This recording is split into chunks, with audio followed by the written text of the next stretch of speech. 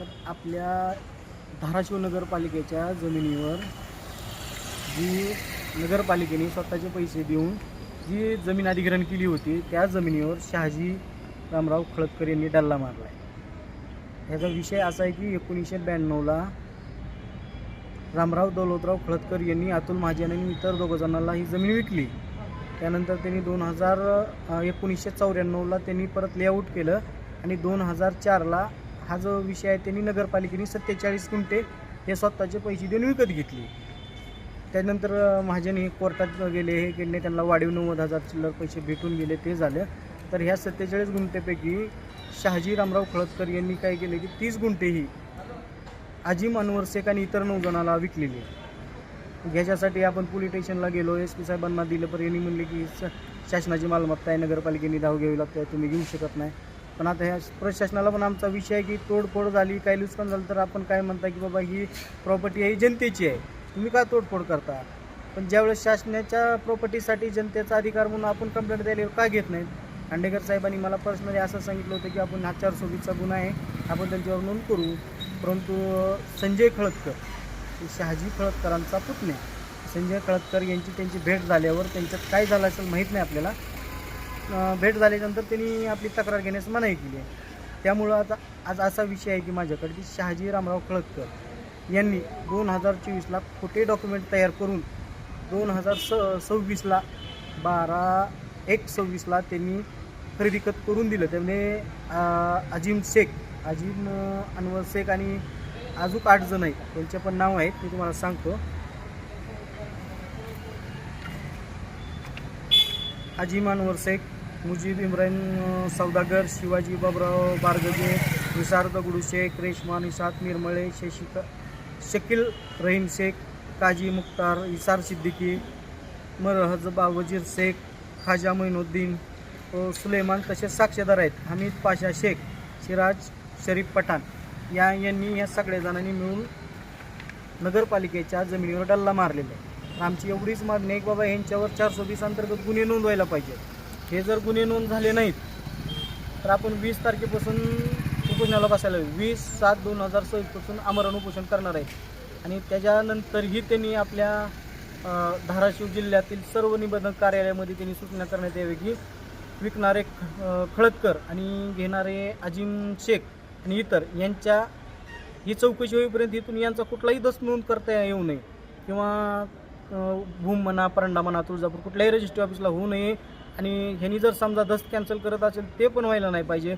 एखाद्या दस्तच्या चतुर्सीमा बदलत असतील तर ते पण व्हायला नाही पाहिजे. असं झालं तर आपण आमरण उपोषण करू. आणि सगळ्यात महत्त्वाचा विषय असा आहे की जी जमीन नगरपालिकेने अवॉर्ड करून घेतलेली आहे त्या जमिनीच्या चतुर्सीमा आणि आत्ता जी खळदकर आणि अजीम शेख यांना जमीन विकली यांच्या चतुर्सीमा सेम आहे. ठीक आहे. हे जे जागा आहे ती जागा कुठली आहे आणि किती जागा होती आणि किती जणांना टोटल विकण्यात आले आणि त्याचा दस्त झालेला आहे का? हो, दस्त आहे आपल्याकडे. दस्त क्रमांक आहे 12/01/2026 आणि हे 9 जणांना विकण्यात आलेली आहे जागा. कुठली जागा आहे? हे सुधानगरमध्ये जागा आहे, वरोडा रोड बायपास. आपण वरोडा रोडला गेलो की इथं आहे. ठीक आहे. म्हणजे त्याचा गैरव्यवहार प्रकारे ते पूर्ण खरेदी वगैरे झालेली आहे. खळदकरांच्या मालकीची जागा नाहीये ना. खळदकर यांनी 2024ला डुप्लिकेट कागद तयार करून सातबाऱ्यावर आले. ते सातबाऱ्यावर आल्याच्या नंतर त्यांनी परत सातबाऱ्यावर येऊन नगरपालिकेमधून बी जोडून दाखला घेतलाय, तो मयत माणसाच्या नावाने घेतला. हे जोडून दाखले जोडून त्यांनी डुप्लिकेट रजिस्ट्री केली आहे.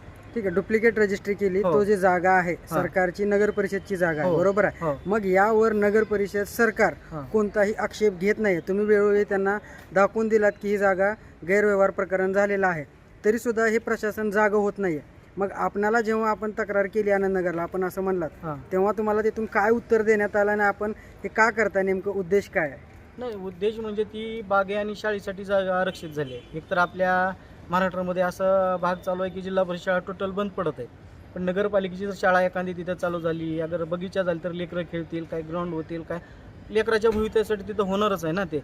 पण नगरपालिका चालू करते, चांगली गोष्ट आहे. पण ह्या लोकांनी त्याचा फायदा उचलून ते मूळ जमीन खळद करायची होती, त्याच्यामुळे त्यांनी त्याचा फायदा उचलून डुप्लिकेट वंशावळ लावली, त्यांचं हक्कसोड प्रमाणपत्र केलं, त्याच्यानंतर त्यांनी रजिस्ट्री करून दिली. आणि आनंदनगरला खांडेकर साहेबाला भेटल्यावर डॉक्युमेंट दाखल्यावर त्यांनी मला म्हणले की हा जो विषय आहे हा 420चा आहे, आपण त्यांच्यावर गुन्हे नोंद करू.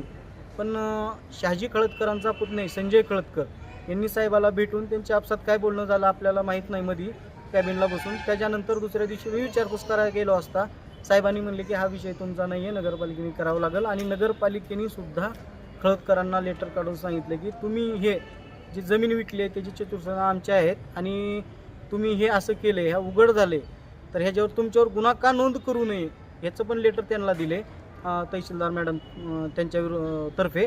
हे पण आपण आनंदनगरला दिलेलंच आहे. आनंदनगरला पण सगळ्याच डॉक्युमेंट दिलेले आहेत तरी, आणि मॅडमला पण SP मॅडमला पण निवेदन दिलं होतं, त्यांना पण भेटलो तर SP मॅडम असं म्हणतात की बाबा नगरपालिकेने तक्रार देईल. पण SP मॅडम आता अख्ख्या जिल्ह्याचं कारभार बघतात. एखादा जर समजा शासनाचा मालमत्ता जर नुकसान होत असेल तर त्यावेळेस SP मॅडम अगर टोटल डिपार्टमेंट काय आव्हान करतं की बाबा शासकीय मालमत्ता म्हणजे जनतेची मालमत्ता, मग ह्या विषयात माझी तक्रार का घेत नाही? मी जनताच आहे ना, माझा अधिकार आहे त्याच्यावर, तर कायद्याने माझा अधिकार आहे शासनाच्या मालमत्तेचं रक्षण करणे, का करत नाहीत? ठीक आहे. नगर परिषदने पत्र काढलेलं आहे, त्यांना समज दिलेली आहे की तुमच्यावरती गुन्हा का नोंद करू नये. मग याचं उत्तर काय देण्यात आलेलं आहे? किती दिवस झाले याला? यांना देऊन महिना दीड महिना झाले सर. आपण 21/4/2026 पासून पाठपुरावा करतो त्यांचा. आणि विषय असा आहे की संजय खळदकर हा जो माणूस आहे तो पॉलिटिकल कनेक्टेड आहे. त्याच्यामुळं काय आम्हाला पण धमक्या आल्या की बाबा असं होईल तसं होईल. मी अशा भाकड धमक्याला भीत नाही. संजय खळदकरनं किती जर मोठे पॉलिटिकल आणले तरी होत नाही, कारण ही जमीन शासनाची आहे, शासनालाच जायला पाहिजे. आणि ह्यांनी त्या जमिनीवर आपली म्हणून विक्री केल्यामुळे ह्यांच्यावर 420चेच गुन्हे नोंदवणं पाहिजे. म्हणजे 420चे गुन्हा जो दाखल होण्याचं म्हणताय ते आपण रजिस्ट्री ऑफिसची फसवणूक केल्याप्रकरणी व जागेचा गैरव्यापार केल्याप्रकरणी याबद्दल आपण 420 गुन्हा दाखल व्हावा अशी मागणी करत आहात. ठीक आहे. जो आता ही मागणी करतायत हे नगर परिषदनं करणं योग्य असेल की जनतेनं करणं योग्य? आपल्याला काय वाटतं नेमकं? कारण आपल्याला प्रत्येक ठिकाणी असं सांगितलं जातं की पोलीस स्टेशनमध्ये किंवा इतर ठिकाणी की नगर परिषदने आक्षेप घेतला पाहिजे. तर मग याच्यावरती आपलं काय म्हणणं आहे? नाही, नगरपालिका सगळ्यात पहिला प्रश्न असा की नगरपालिकेला आपण ज्यावेळेस निवेदन दिलं होतं त्यावेळेस नगरपालिकेनं उठून बसणं गरजेचं होतं, त्यांच्यावर कारवाई करणं गरजेचं होतं. पण काही पॉलिटिकल कनेक्ट असल्यामुळे त्यांच्याकडून खळदकराकडून त्याच्यामुळं नगरपालिका काही काम करत नाही, दबावाखाली काम करतं, त्यामुळे त्यांनी आता कारवाई केलेली नाही. त्यामुळं मी एक नागरिक असल्यामुळे मला ही गोष्ट करावी लागणार आहे, कारण माझ्या मालमत्तेचं सरकारच्या मालमत्तेचं नुकसान होत आहे. प्रशासन तर झोपीचं सोंग घेत आहे. मग आता आपण वेळोवेळी तक्रार देत आहे तरी पण आपल्याला काय उत्तर भेटत नाही आहे किंवा तक्रार दाखल होत नाही. पुढचं पाऊल काय असणार आहे आणि आपण याच्यावरती न्याय कसा घेणार आहे? पुढचं पाऊल म्हणजे यांनी आपल्याला 20/7/2026 पर्यंत जर यांनी कार्य केलं ठीक आहे, नाही तर 20 तारखेला आपण आमरण उपोषण करणारच आहेत. पण त्याच्या विरोधात आपण एक कोर्टामध्ये दाखल केलेलं आहे. आता हे कुणाकुणाला संजय खळदकर कुणाकुणाला मॅनेज करल? कोर्टाला पण मॅनेज करणार आहेत का? कोर्टातून तर मला न्याय भेटेल दाखल केलेलं आहे मी ते, आणि सध्या नोटिसा पोचतील त्यांना हे 2-4 दिवसात.